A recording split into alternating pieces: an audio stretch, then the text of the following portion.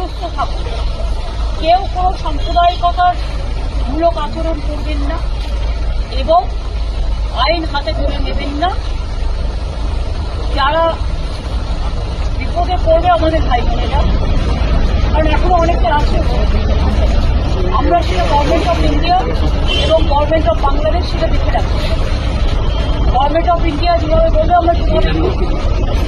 আর আমি সমস্ত political party লিডারদের অনুরোধ করছি এবং বিশেষ করে সমস্ত জগতের সবাইকে, দয়া করে এমন কিছু পোস্ট করবেন না যাতে কোনো সাম্প্রদায়িক সম্প্রীতি এখানে নষ্ট হয়।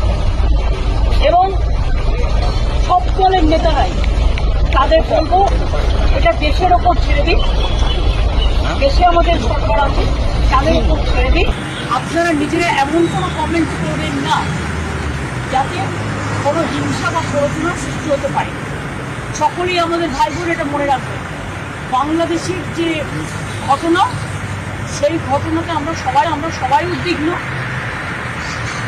কিন্তু সেটা নিয়ে পোস্ট করতে গিয়ে এমন কিছু লিখবেন না বা বলবেন না যাতে বাংলার কোনো শান্তি নষ্ট হতে পারে বা ভারতের শান্তি নষ্ট হতে পারে।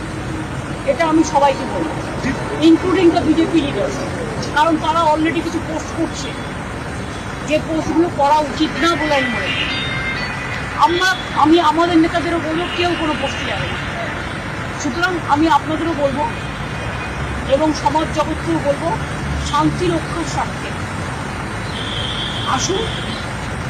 ইন্ডিয়া একটা কান্ট্রি, বাংলাদেশও একটা কান্ট্রি, কিন্তু পাশের যদি রাজ্যে কিছু হয়, আমার প্রতিবেশী কিছু হয়, তার একটা প্রভাব পাশের রাজ্যে পড়ে। সেক্ষেত্রে শান্তি থেকে আমাদের পরিস্থিতিটা থেকে রাখতে হবে, সব সন্তানরা যেন ভালো থাকে।